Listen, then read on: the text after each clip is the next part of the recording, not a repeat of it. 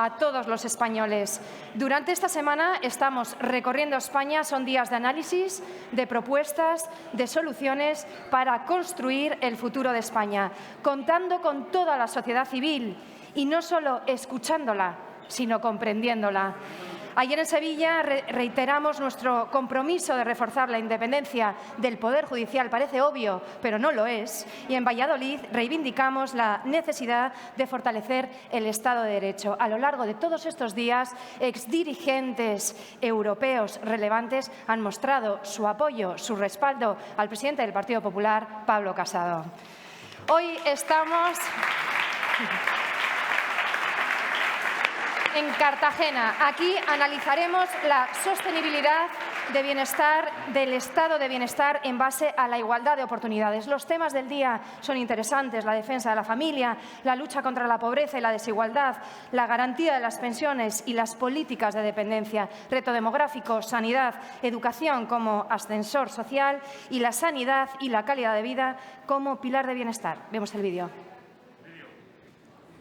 Cuando hablamos de equidad, de progreso, de desarrollo o de igualdad de oportunidades, de pensiones, de convivencia o educación, de riqueza, competitividad y empleo, hablamos en realidad de lo mismo, de futuro. Porque mejorar la sanidad, cuidar a los mayores, formar a las próximas generaciones, proteger la igualdad y la libertad y todas las medidas que tomemos hoy crearán el bienestar de mañana. Y esto no es solo una promesa, es una responsabilidad. Creemos bienestar.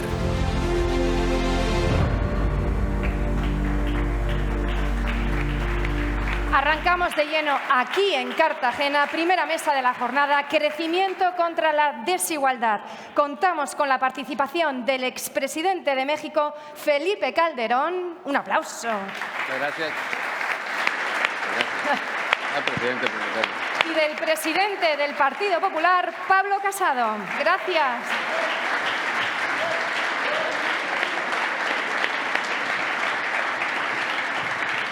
Buenos días. Buenos días a todos. Arrancamos la quinta jornada de la Convención Nacional, 5 días en los que hemos recorrido gran parte de España, en especial las comunidades autónomas donde está gobernando el Partido Popular. Eso es el mejor ejemplo de lo que vamos a hacer cuando hablamos de un proyecto alternativo. Y hoy venimos aquí a una ciudad trimilenaria, a Cartagena, con una gran alcaldesa, que es Noelia Arroyo,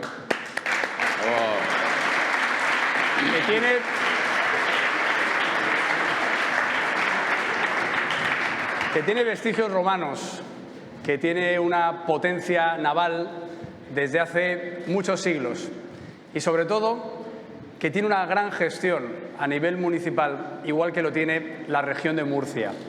Querido Fernando, lo que estás haciendo en la región, bajando impuestos, sirviendo a todos los habitantes de la región de Murcia en los peores momentos de la pandemia, liberalizando la capacidad de elección en la educación, en la sanidad, permitiendo que los autónomos, las pequeñas empresas, sigan hacia adelante y, sobre todo, teniendo la garantía de todos tus compañeros que vamos a apoyar las reivindicaciones de esta tierra, tanto la alta velocidad como la financiación autonómica y que llegue agua para todos, porque lo que queremos es que un recurso hídrico fundamental no esté sujeto a las disputas partidistas. Sabes que nuestro secretario general, que Teodoro García Egea, tiene ese compromiso con el resto de vicesecretarios, de portavoces aquí presentes, muchas gracias, de hacer políticas para todos los españoles en los momentos en los que lo pasan mal y en las dificultades más acuciantes. Sabemos la preocupación del campo, de la región de Murcia, sabemos también la preocupación de los alcaldes que estáis sufriendo cómo no hay ninguna ayuda por parte del Estado para resolver los problemas del Mar Menor, que es la mayor laguna salada de Europa. Nosotros hemos propuesto una mano tendida, ayudarles, incluso con presupuesto, con capacidad de acción en Europa. Yo mismo lo pude hablar con la presidenta de la Comisión Europea. Pero esas políticas medioambientales tienen que ser comunes para todos. Hoy, en este arranque de la quinta jornada de la Convención, vamos a hablar de bienestar. Ya hemos hablado de la economía de libre mercado el lunes, hemos hablado de nación, de Europa, de ese vínculo de globalización, muy en especial en América Latina, ahora hablaré de ello. El miércoles hemos hablado de libertad individual, de responsabilidad de las personas. Ayer, en Sevilla, hablamos de Estado de Derecho frente a los populismos, frente a los radicalismos que asolan gran parte de los países de nuestra esfera. Y hoy hablamos del estado del bienestar, porque el orden no es casual. No podrá haber estado del bienestar si no hay una economía pujante, si no hay un Estado de Derecho, si no hay una libertad individual y si no hay un país que funciona en un entorno europeo que garantiza nuestros derechos y libertades. Ese estado del bienestar es una gran conquista del continente europeo y en gran medida también del vínculo atlántico. Pero para sostenerlo, para tener unas pensiones de calidad ahora y en las nuevas generaciones, para tener una sanidad pública gratuita, universal y de la máxima calidad, para tener una educación que sea una escuela de valores, un ascensor social que permita a los jóvenes progresar y conquistar sus sueños y un futuro mejor, para tener unas políticas de cohesión social frente a la despoblación, frente a la desigualdad entre territorios, o para tener una posición de lucha contra la desigualdad, contra la pobreza, para dar oportunidades para todos, ese engranaje de alternativa tiene que funcionar en el orden que hemos dicho. Por eso para mí es un honor contar hoy con dos grandes amigos de España, con el presidente Andrés Pastrana y con el presidente Felipe Calderón. Presidente. Empiezo por Andrés. Andrés Pastrana, que ahora es mi jefe en la IDC, es presidente de la mayor organización mundial de partidos de centro-derecha. Yo soy su vicepresidente, aunque en pandemia hemos estado muy conectados por Zoom. Luego tomará la palabra, pero quería decir algo sobre él, porque revolucionó Colombia con algo tan sencillo como garantizar que la seguridad permitiera la libertad y, por tanto, la prosperidad de su nación. Durante el mandato de Andrés Pastrana se enfrentó una auténtica firmeza gubernamental frente a la guerrilla después de haber comprobado que ninguna de sus propuestas, ninguna de sus engaños eran ciertos. Y lo que hizo fue garantizar que a los colombianos no se les secuestrara, a los colombianos no se les extorsionara, en definitiva, que el Estado prevaleciera en todo el territorio colombiano. Lo que se está haciendo ahora con el gobierno de Iván Duque, y espero en las próximas elecciones, con vuestros partidos tiene que prevalecer, ya no solo para Colombia, sino para la región, como una influencia, y no hay más que verlo en Venezuela, de libertad en los países de al lado. Gracias, presidente Pastrana, por todo lo que hiciste y gracias también por tu colaboración y tu ayuda siempre a España.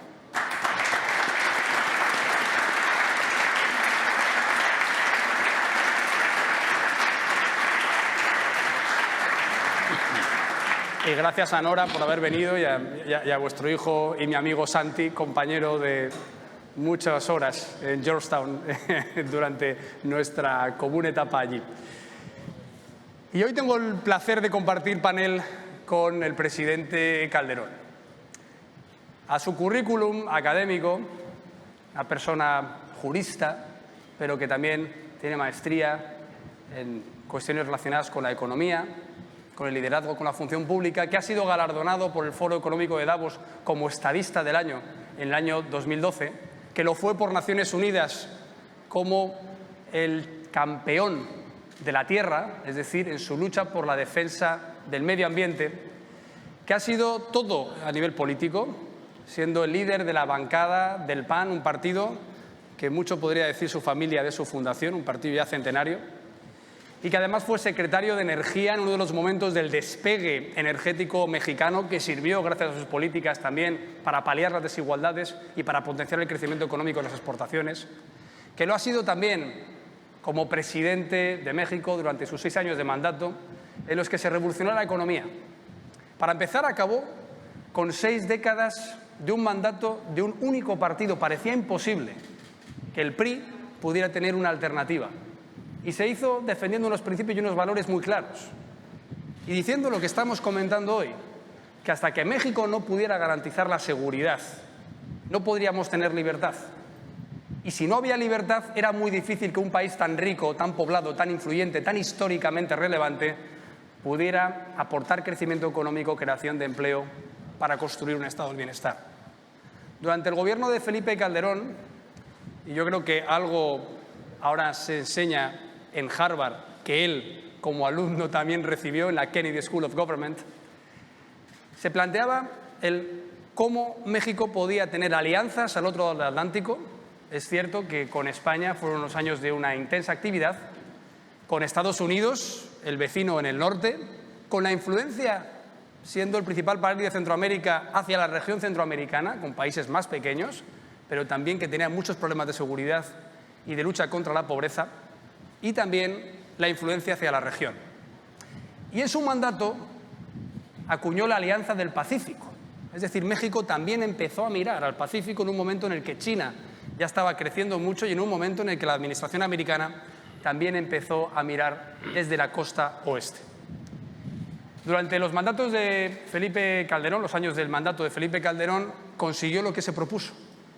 A pesar de cómo llegó, y lo recordábamos el otro día, ante la no asunción de su adversario, de su victoria, no le dejaban entrar ni a la toma de posesión para jurar como presidente. En esos 6 años consiguió lo que se proponía, que creciera la economía, que bajara el paro, que se crearan escuelas, que se crearan universidades, que se crearan hospitales, que hubiera seguridad y que se enfrentara a la delincuencia como se estaba planteando. Yo hoy quiero reivindicar el lazo histórico entre México y España. Yo creo que muchos de los españoles tenemos familia en México, yo lo tengo. Yo tengo una tía y, por tanto, un tío y primos viviendo en Las Lomas, en Chapultepec, en DF, desde hace ya 50 años. Es decir, es continuo el flujo que ha habido de españoles a México, de mexicanos a España durante las últimas décadas. Pero también es intensa la historia común desde hace 5 siglos. Una historia que ha construido un lazo en esa hispanidad que ha asombrado al mundo y que ha traído lo mejor a ambas orillas del Atlántico, donde el mestizaje, el aprendizaje mutuo, la aportación de unos y otros construyeron sociedades mejores y construyeron sobre todo ese reto de avanzar.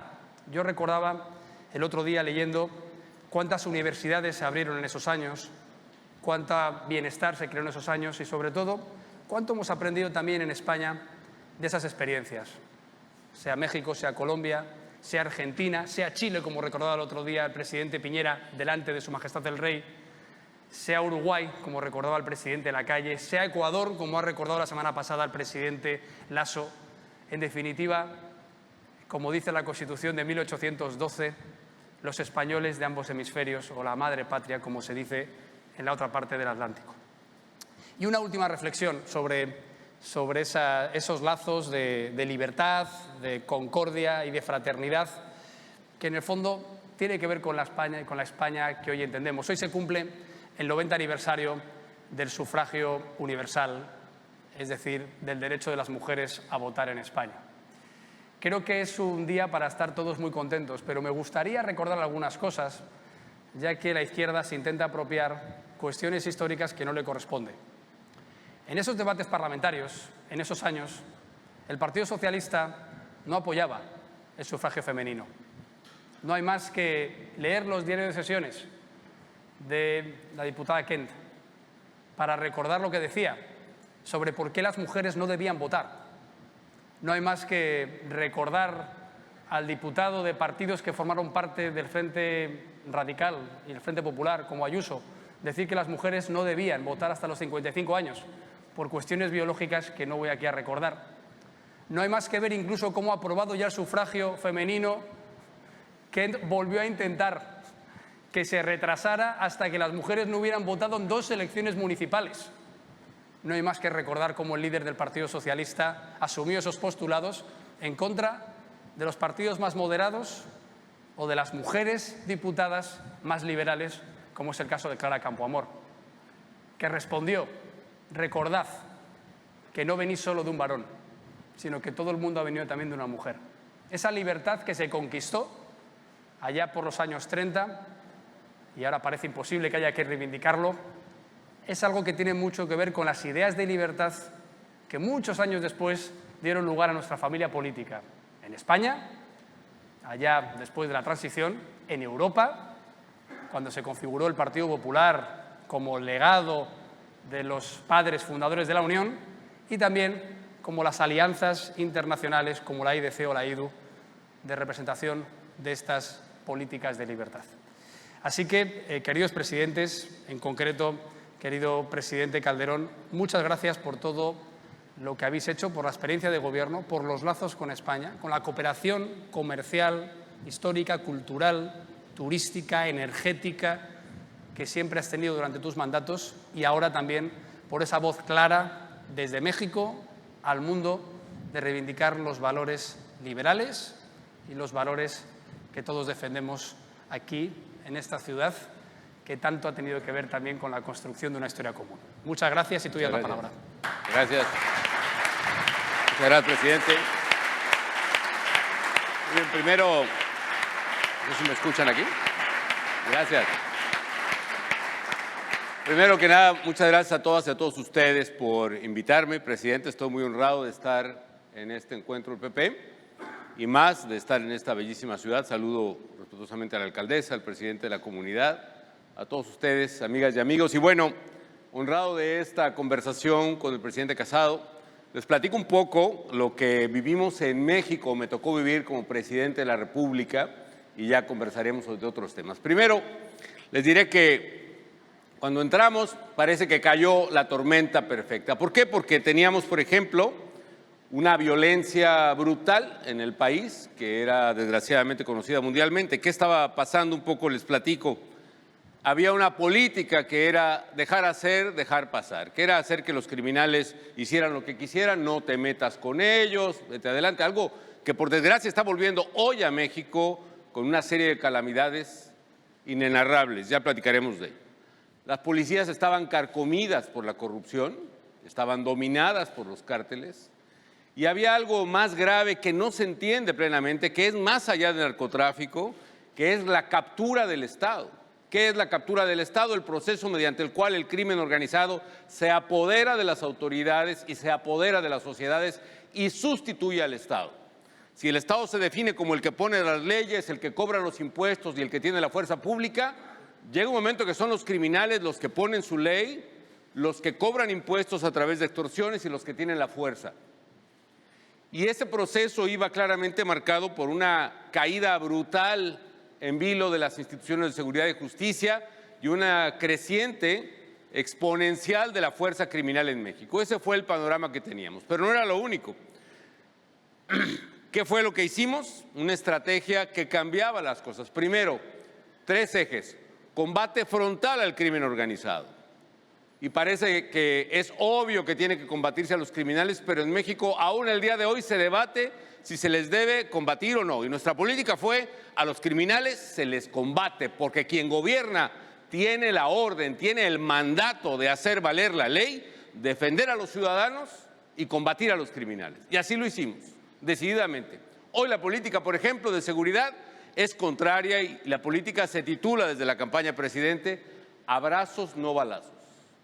Y en la medida que cunden los abrazos a los capos y a sus familiares y se liberan delincuentes, México está cayendo en las garras de la delincuencia que tanto trabajo nos costó liberar.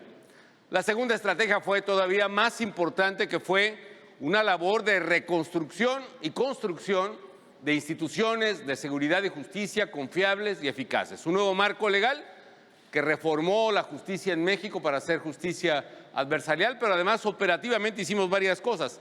Les presento 2 ejemplos nada más.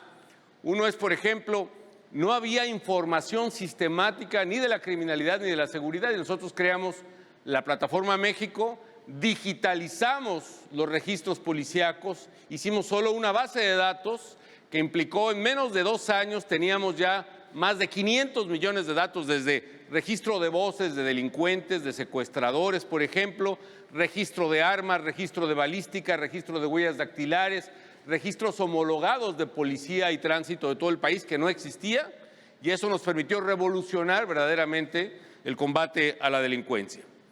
Otro fue cambiar la estructura policíaca, y lo que hicimos fue construir casi de cero una nueva policía, poniendo lo que no había, que son exámenes de control de confianza. ¿Y qué era eso? Que cada hombre o mujer que quería ser policía federal tenía que pasar por varios exámenes. Examen físico, desde luego, examen psicológico, examen toxicológico, examen socioeconómico y uno muy importante, el polígrafo, examen poligráfico, el detector de mentiras. Y así fuimos construyendo una policía confiable y eficaz como no había tenido México.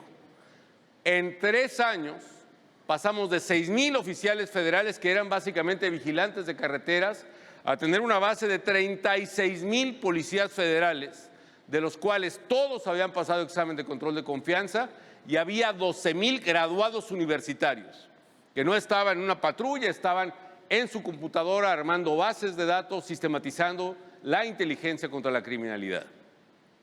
Y la tercera base de la estrategia fue algo todavía más importante, que es construir tejido social. Tengo muchas anécdotas, como las tenemos con el presidente Pastrana, que podemos pasarnos los días platicando uno y el otro, pero una es que en uno de los decomisos que hicimos contra la delincuencia y el narcotráfico, en una casa decomisamos dólares en efectivo. ¿Cuántos? 204 millones de dólares en efectivo. La mayor cantidad que se haya decomisado probablemente en el mundo. Y con ese dinero construimos, por ejemplo, más de 300 clínicas contra las adicciones para los jóvenes que habían caído en los centros de Nueva Vida que creamos. Y creamos más de 10,000 espacios comunitarios nuevos, allá donde había nichos de delincuencia, donde se juntaban, por ejemplo, adictos, donde se juntaban criminales. Limpiábamos la zona, hacíamos canchas de fútbol, de básquetbol, espacio para adultos mayores, vigilados, con cámara, con policía, y eso reconstruía las comunidades. Le llamamos los espacios públicos recuperados.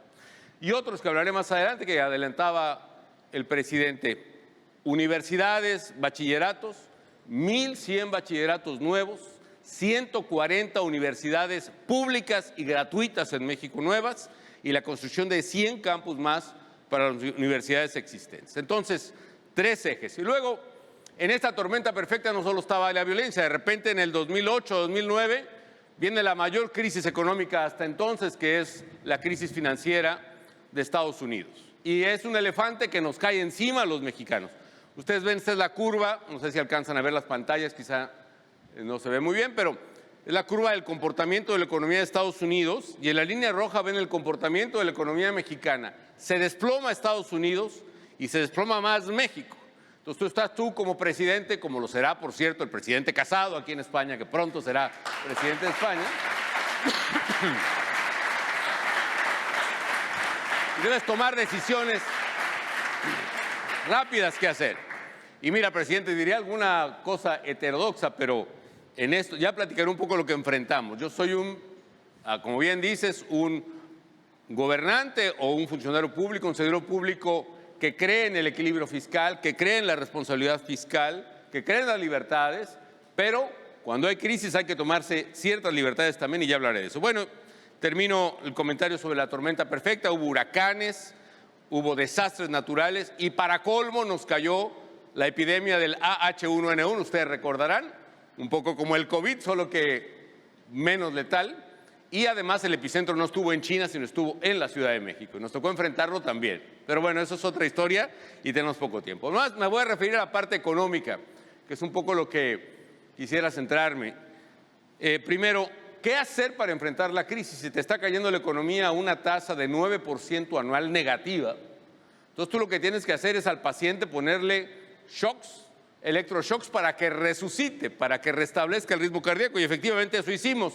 Siendo alguien creyente del equilibrio fiscal, le metimos el acelerador al gasto público.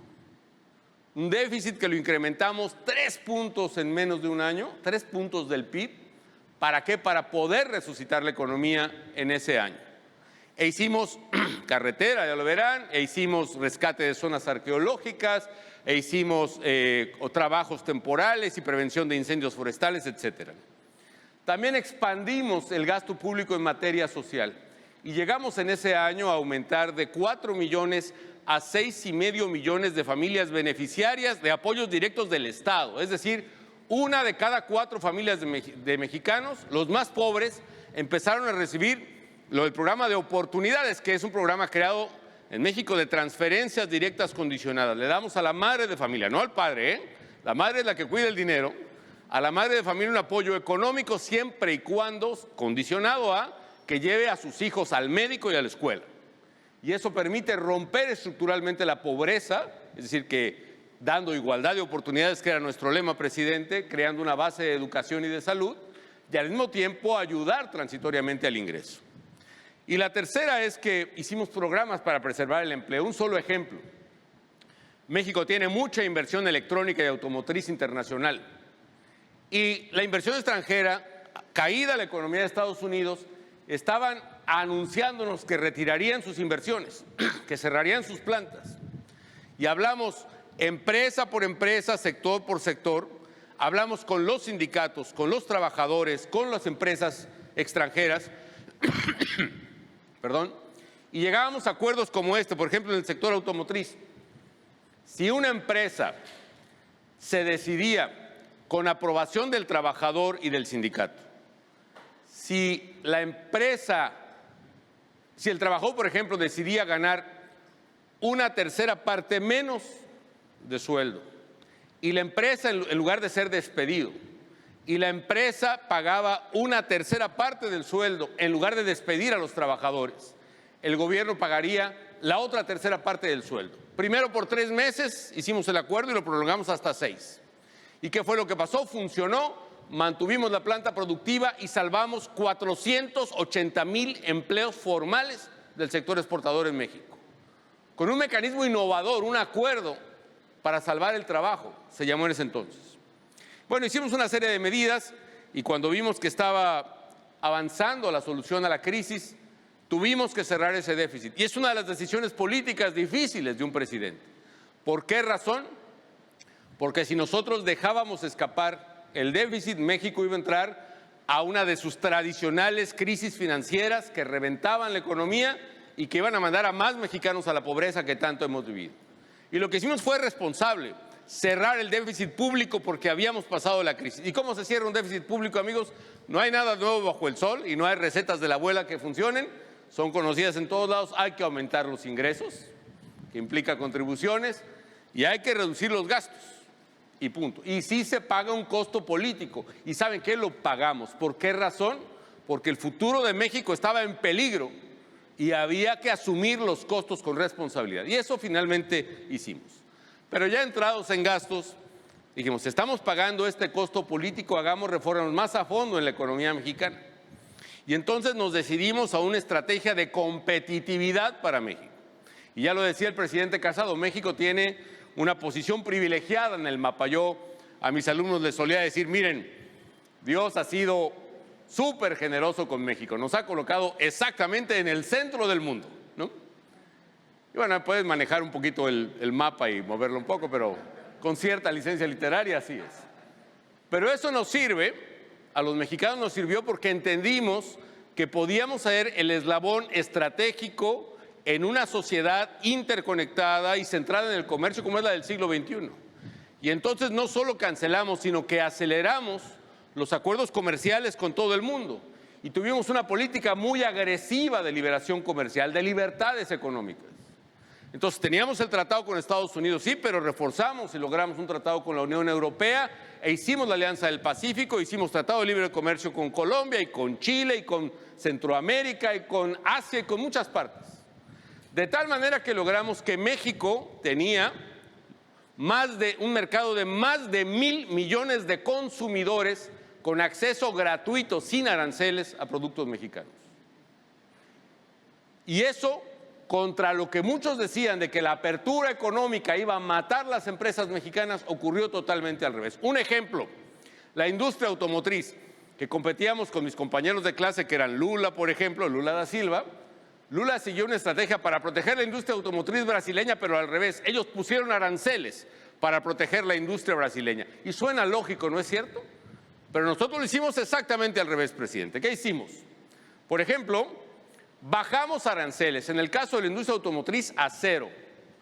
Y no solo de autos terminados, de todo tipo de partes automotrices. ¿Con qué lógica? Con la lógica de que si alguien va a armar un automóvil en el mundo, que lo arme en México. Y a mí no me importa que compren un alternador fabricado en Tailandia y el motor Honda fabricado en Japón, o las partes electrónicas fabricadas en Europa, qué sé yo, el coche que se haga en México. Y con esa liberación, ustedes ven el componente, ese país no se entiende, pero hay que entender la lógica del comercio mundial. Cuando ustedes ven un auto, en el caso de México, solo el 15% está hecho en el producto final.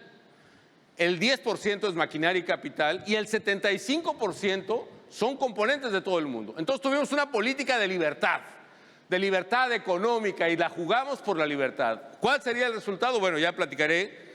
Otra fue abrir la inversión a capital privado, nacional y extranjero, con todas sus letras, y crear una nueva ley de asociaciones público-privadas, e hicimos un fondo de infraestructura, concesionamos carreteras que eran operadas por el Estado, las licitamos, obtuvimos dinero, hicimos fondos de infraestructura, nuevos fondos. Y eso nos permitió, por ejemplo, ustedes es el mapa que había antes de que yo fuera presidente. En rojo van a ver ustedes las carreteras nuevas o modernizadas que hicimos en México.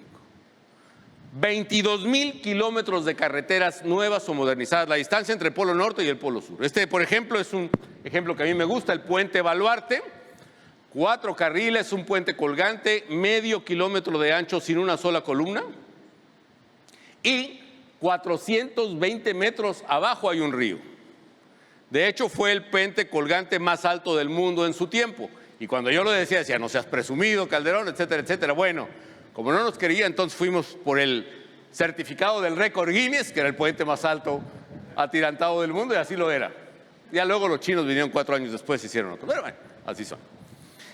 Bueno, entonces las carreteras, por ejemplo, en ese sexenio hicimos más de lo que se había hecho los 12 años anteriores y casi igual de lo que se había hecho en los 18 años anteriores de gobierno, en plena crisis. Luego desregulamos la economía. Se requerían 58 días para abrir una empresa a nivel federal. Nosotros redujimos a 9 días el plazo de apertura. Hacíamos cosas, por ejemplo, tan sencillas que son ahora para los muchachos, que es sistematizar en una computadora todos los registros, en lugar de ir de Herodes a Pilatos, ¿no? Del Ministerio de Hacienda al de Relaciones Exteriores y luego al del Trabajo, y luego etcétera, etcétera. Y hicimos algo para desregular el gobierno federal. Por ejemplo, hicimos el concurso abierto al público que se llamó el concurso del trámite más inútil. Y la pregunta era, ¿cuál es el trámite más inútil del gobierno? Y bueno, hubo casi 4,000 participaciones, ¿eh? Ganó un trámite que era para una pobre muchacha que tenían que darle gamaglobulina y que para ello requería 9 permisos y le llevaba más de un mes obtener su medicina. Quitar el trámite, cambiar la lógica, nos hizo además desmontar y borrar casi 16,000 procedimientos del gobierno federal.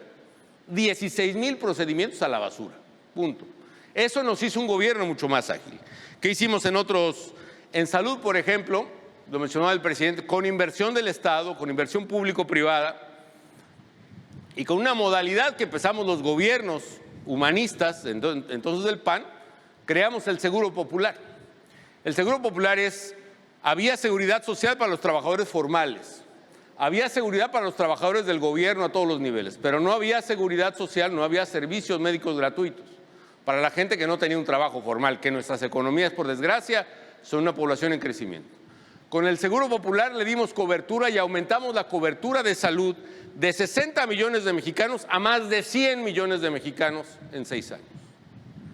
Y además tomamos medidas complicadas como gobierno. Por ejemplo, tenía un debate entre la gente de salud y la gente de Hacienda, que son los de los dineros, ¿no? La gente de salud quería que metiéramos todo el tratamiento de cáncer a cobertura gratuita. La gente de Hacienda nos dijo, eso no alcanza, no tenemos dinero. Y llegamos a una decisión hasta donde se pudo. Entonces tomamos la decisión de garantizar el tratamiento, las medicinas y el hospital de cáncer para todos los niños y jóvenes hasta los 18 años. Todos. Y empezamos a ampliar el marco de cobertura de cáncer, por ejemplo, todo cáncer mamario, todo cáncer cervicouterino, todo cáncer de próstata, etcétera, etcétera. Empezó a ser tratado gratuitamente. Un solo dato. Antes de tomar la medida, niños con leucemia, por ejemplo, 7 de cada 10 niños con leucemia morían. 2 años después de que hicimos el Seguro Popular de Cáncer, 7 de cada 10 niños con leucemia sobrevivían. lo cual cambió radicalmente la suerte de decenas de miles de familias en México. Hoy, el actual gobierno de México le ha quitado a los niños las medicinas contra el cáncer, ha quitado el Seguro Popular y ha dejado nuevamente a millones de familias mexicanas sin cobertura. Una desgracia. Construimos 1,200 nuevas clínicas y hospitales en el país, nuevas, algunas modestas, la mayoría de 10 cámaras, por ejemplo, de 10 habitaciones, pero también hospitales de 400 habitaciones. Y reconstruimos todo lo que pudimos, eran 2,000 más reconstruidas en el sector salud, además de poner en México, después del H1N1, fábricas de vacunas de todos los laboratorios que las estaban produciendo. Bueno, y en educación que hicimos, ya lo mencioné, y ya no me extiendo porque se me va el tiempo, pero les decía que en esta política social hicimos 1,100 bachilleratos nuevos y 140 universidades nuevas, totalmente gratuitas. Por ejemplo, había un aeropuerto muy famoso de un colega de partido que era gobernador, hizo un aeropuerto en Querétaro que le llamaba el Aeropuerto Intercontinental de Querétaro. Una gran pista, etcétera, pero nadie iba ahí y era una burla para nosotros, ¿no? Entonces lo que hicimos fue tratar de traer empresas aeronáuticas, a Bombardier y a todos ellos, a Aerocopter, a Querétaro, instalarse ahí, y me decían los CEOs, presidente, a nosotros, pues la verdad tenemos miedo de ir porque lo que necesitamos es personal capacitado, son cosas muy sofisticadas. Y digo, bueno, nosotros te lo capacitamos. Entonces hicimos ahí en la pista del aeropuerto de Querétaro una universidad aeronáutica. Y nosotros pensábamos que aceptan invertir y pensaban ellos y nosotros que iban a tener muchachos capaces de poner tornillos en fuselajes, ¿no? Bueno, andando el tiempo, egresados de la Universidad Aeronáutica de Querétaro estaban diseñando las mejoras para el motor del Airbus 380, el avión más grande del mundo, ahí en las computadoras de la universidad. Y pusimos universidades tecnológicas, la mayoría de esas 140 universidades vinculadas al sector electrónico, automotriz, aeronáutico, lo cual cambió la capacidad y la competitividad del país. México es un país muy joven, tenemos un gran bono demográfico, pero vean este dato si lo alcanzan a ver, si no se los platico. Con estas universidades y el apoyo que hicimos a la educación, para el año 2012 México estaba graduando más de 100,000 ingenieros al año. 114,000 para ser exactos, más ingenieros que Alemania, el triple de ingenieros que Brasil, un poco el doble que España, por ejemplo, más ingenieros que Canadá. ¿Y qué pasó? No solo les dio una oportunidad a esos muchachos, sino convirtió a nuestros jóvenes en un arma secreta, en un activo poderosísimo para atraer inversión, porque la inversión lo que busca es gente capaz, gente que tenga la preparación suficiente. ¿Qué resultados rápidamente? Y con eso termino. En materia de seguridad, por ejemplo, a nivel nacional, los homicidios, después de haber algún pico, comenzaron a reducirse y bajaron en los 2 últimos años de mi gobierno 21% a nivel nacional. Y algunas ciudades, por ejemplo, es mucho más claro. Ciudad Juárez, que probablemente ustedes la hayan oído como la ciudad más peligrosa del mundo en algún momento. Ciudad Juárez bajó sus homicidios con la política que seguimos 83% desde su pico. Monterrey, por ejemplo, 89% desde su pico. Reducciones reales en criminalidad que dieron bienestar y, como dice el presidente, el Estado de Derecho que se genera con eso genera certidumbre, igualdad y crecimiento económico e inversión. Dice Robert Barro, un economista de la Universidad de Harvard, hizo un estudio. La variable que más determina el crecimiento económico es el Estado de Derecho, el rule of law. Significa que en el estudio que hace, en los países que estudia, básicamente de la Segunda Guerra Mundial a los 80, los países que tienen Estado de Derecho crecieron por década 34% más en su PIB que los países que no tuvieron Estado de Derecho. 34 puntos de PIB por década de diferencia entre un país y otro. Bueno, en otras áreas, en materia de finanzas públicas, por ejemplo, con el esfuerzo que hicimos, cerramos el déficit. Yo cerré el gobierno con un déficit de 0.6%, que era el segundo más bajo de todos los países de la OECD, que andaba en un promedio entonces de 5.5. En materia de deuda, por ejemplo, de deuda internacional, también en la OECD México era el país con el menor índice de deuda contra el PIB, es decir, 33% del PIB contra el 70%, que era el promedio de los países de la OECD. En aquel entonces España andaba por allá arriba del 100%. En otros temas, en materia de competitividad, por ejemplo, en el índice del Banco Mundial, que se llama el Doing Business Index, avanzamos 20 posiciones en 4 años. 20 posiciones que hizo que México fuera un país súper atractivo para invertir y que nos dio esa inversión, crecimiento económico. De hecho, si ustedes ven, en los 3 años después de la crisis, los 3 últimos del mandato, tuvimos un crecimiento de más de 4% promedio, el mayor crecimiento que ha tenido México en lo que va del siglo.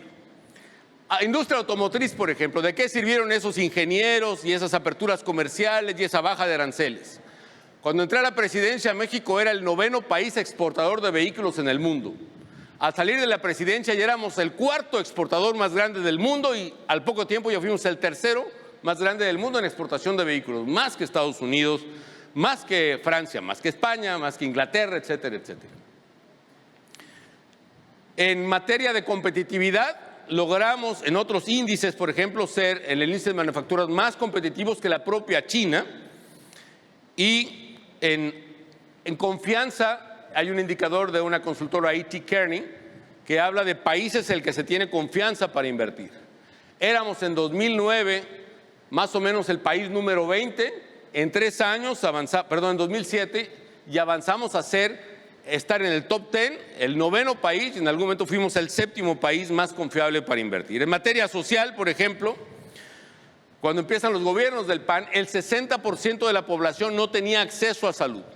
Con el Seguro Popular, con la inversión en infraestructura, según los datos encuestales, no es ni siquiera la provisión de servicios, según la encuesta, solo el 20% carecía de servicios completos de salud y seguía a la baja.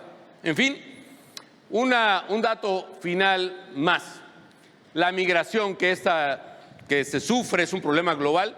Ustedes saben que hay una migración brutal de mexicanos, de millones hacia Estados Unidos, ¿no? Esa es la historia. Hasta el año 2000, digamos que había más o menos por cada 5 años casi 3 millones de mexicanos netos migrando a Estados Unidos.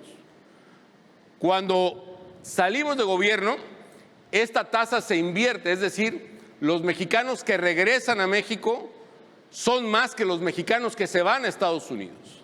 Y para el 2013-14 la tasa ya era negativa, es decir, se iguala en el 2010 y entonces llega a que hay más mexicanos o más gente de México, americanos, que regresan a México que los que emigran, con lo cual se rompió ese mito de la migración mexicana a Estados Unidos. Ahora está volviendo, por desgracia, a eso. Después de haber sido tratados, y con esto termino ya, como un estado fallido, como un fracaso, se empieza a reconocer un poco lo que hemos hecho. Esta es la portada de The Economist del último mes de mi gobierno, que habla del surgimiento de México.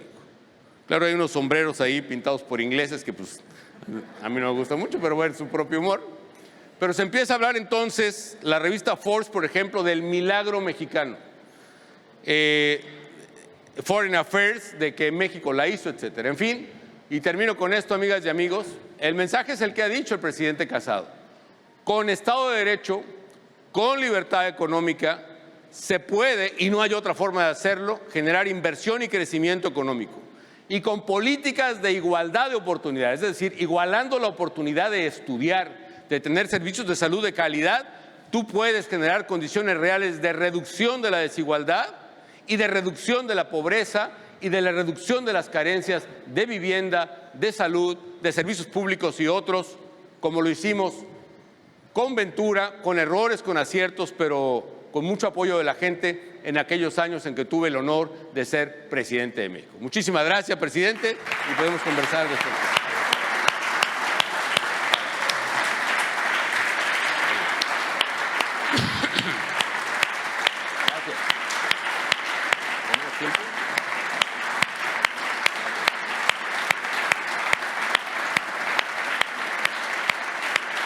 Gracias.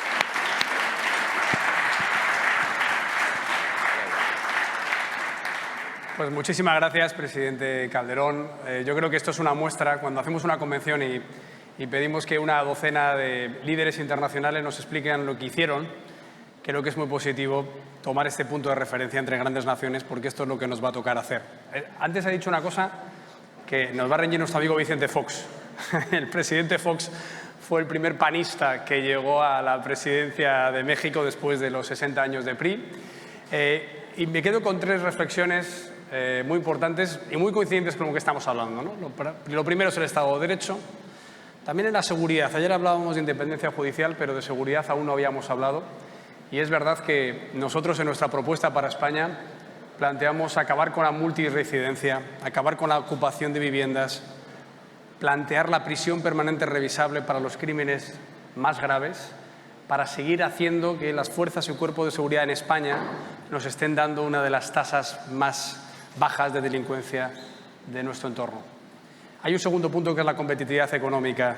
Totalmente de acuerdo. Hay que hacerlo pronto, hay que hacerlo con reformismo, no hay que esperar a ser rescatados como le está pasando ahora a España. Y en el ámbito social, esta es la prueba. En el ámbito social luego habrá mesas para hablar de la sanidad, de qué tenemos que hacer para vertebrarla, de la educación, qué hay que hacer para reformarla, de las pensiones, qué hay que hacer para hacerlas más sostenibles. Y todo esto conduce a un prestigio internacional. Y me gustaría decir al presidente Calderón que nuestro compromiso es que España vuelva a tener una presencia internacional pujante, también en Latinoamérica. Que España vuelva a estar al lado de las grandes democracias latinoamericanas y no al lado de los regímenes dictatoriales en Latinoamérica. Que estemos al lado de los que fomentáis la institucionalización, no aquellos que fomentan el populismo. Y creo que ese es el prestigio que tenemos que tener fuera y también en Europa. Y yo tengo que acabar, si me lo permites, presidente, antes de darte la última palabra para que cierres tú, haciéndome eco de una noticia que hoy hemos visto, y es que el Tribunal Supremo Español sigue intentando que se haga cumplir la ley en Europa y que se pueda entregar a un delincuente fugado por dar un golpe a la legalidad. Cuando un juez del Supremo está diciendo que prevalezca la sentencia del Tribunal Supremo y la instrucción, el Gobierno tiene que ir detrás de la justicia española. Yo pido hoy al presidente del Gobierno que haga todo lo posible para que la justicia española sea respetada en Europa, que haga todo lo posible para cumplir su palabra y traer de vuelta a Carles Puigdemont, que es un delincuente fugado y en busca y captura por el Tribunal Supremo de España. Esté en Alemania, esté en Bélgica o esté en Cerdeña, tiene que volver y tiene que ser juzgado por el Tribunal Supremo de España. Eso también es seguridad jurídica, eso también cotiza en bolsa, porque si no se cumplen las sentencias en materia penal, ¿quién las va a cumplir en el orden mercantil? ¿O quién va a hacer que no te expropien los beneficios, como pasa con las cuestiones de la luz o lo que está pasando ahora mismo con todas las contrarreformas del Gobierno? Por tanto, seguridad jurídica, crecimiento económico y potenciación del Estado del bienestar. Las recetas del mandato de Felipe Calderón, y te doy la palabra para que nos digas de cara a España o de cara a lo que estás viendo ahora mismo en Europa, de ese vínculo que tú fortaleciste con México, esas recetas también en política exterior que aquí en España nos gustaría escuchar. Bueno, varias cosas. Gracias, presidente. Varias cosas y terminamos con eso, a ver si no nos enredamos, pero primero, tuvimos el privilegio también de albergar 2 reuniones muy importantes en México. Uno es la COP16, que es la Conferencia de Cambio Climático. Cuando estaba todo destruido, parecía todo perdido después de la COP de Copenhague, pudimos articular alianzas distintas. Y los chinos habían supuestamente bloqueado la convención, fuimos a hablar con los chinos y tratamos de ponernos en sus zapatos y decían, lo que no queremos es que haya estas naciones imperialistas, digamos, supervisándonos nuestro trabajo. Entonces dijimos, bueno, comprométanse ustedes por su propia cuenta, hagan un compromiso unilateral, que bueno, en derecho se valen, son obligaciones finalmente. Y eso dio origen, y luego me tocó ir con África, que también había saboteado, fui a la reunión varias veces a la Unión de Países Africanos, hablamos uno con ellos, y me vine con los votos de África. Y luego hablé con los Arabia Saudita, a quien conocí yo al ministro de Energía, cuando yo fui secretario de Energía, Naim. Pedimos ayuda y nos apoyaron. Y salió la COP16, que fue un precedente para la COP de París años después. Y luego nos tocó organizar el G20 también, por primera vez en un país latinoamericano, o en un país en desarrollo incluso, y también fue un éxito. Entonces, yo creo mucho en la política global. Yo hago votos porque los nacionalismos, los provincianismos, los ismos que nos dividen no aparezcan y se conviertan en el obstáculo de la humanidad que queremos. Yo soy alguien que cree en el futuro, que quiere un México ganador, que siempre lo he querido, y que me veo orgullosamente como mexicano, pero también como un ciudadano del mundo, como debemos vernos. Y más allá, y en lugar de estar enemistándonos y dividiéndonos, yo creo que debemos unirnos en ideales y en valores. Y eso lo digo en México a los mexicanos y lo digo también globalmente. Y miren, yo soy orgullosamente mexicano. Mi bisabuela era una indígena purépecha de la región Pirinda, para ser exacto. El propio presidente de México, su abuelo es cántabro, que quizá le enseñó a caminar, no sé.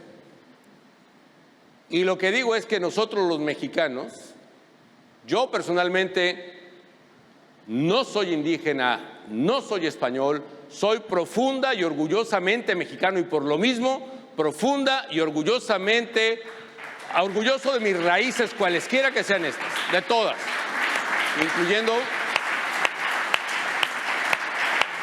soy mexicano orgulloso de mis raíces, cualesquiera que sean estas, incluyendo algunas raíces sefaradíes que mis apellidos dicen que muestran, y me enorgullece lo que soy. Me honran mis colores nacionales, mi bandera, mi himno, mi tierra, y también mi lengua que es la lengua, orgullosamente la lengua de Cervantes, que es mía también. Y me enorgullece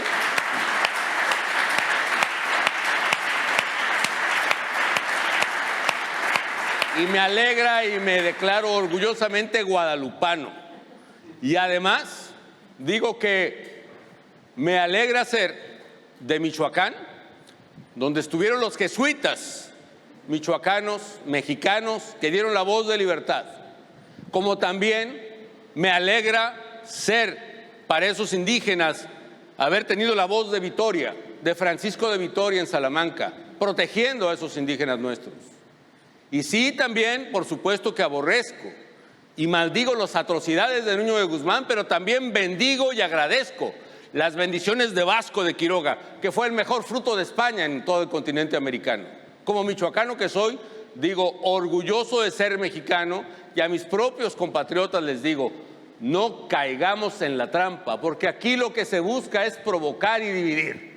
Y les digo también en España, no caer en la trampa de quienes siembran tormentas y cosechan tempestades. No caigamos en la trampa de dividir a los mexicanos, que es lo que hemos sufrido en estos años, con varios propósitos. Uno, tender una cortina de humo de los gravísimos problemas que ahora tenemos, la criminalidad entre ellos, el nulo crecimiento económico en 3 años, el terrible problema de la complicidad y la corrupción con los criminales, el pésimo manejo del COVID, por ejemplo, que ha mandado a la tumba a más de 600,000 mexicanos.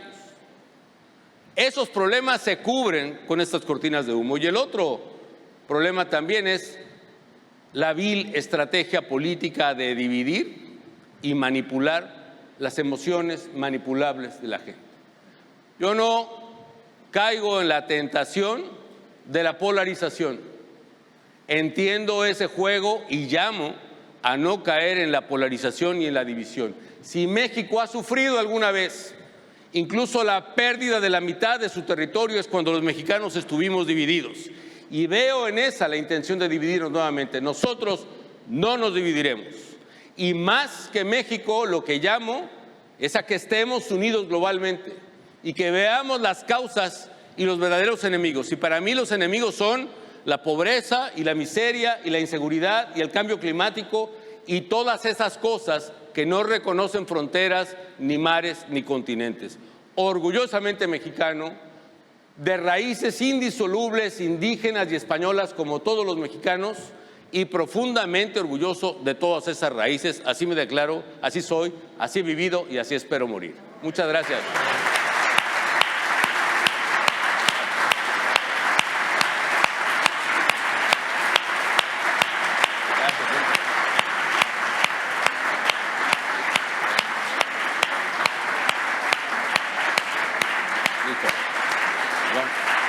Pues no puede estar mejor dicho. Yo acabaría diciendo a esto que desde España no tenemos que pedir perdón, pero tenemos que dar las gracias a una historia común que ha sido, en mi opinión, el mayor hito de la humanidad después de Roma, la hispanidad, a ambos lados del Atlántico. Gracias a México desde España y con el gran orgullo de sentirnos una nación hermana. Muchas gracias a todos.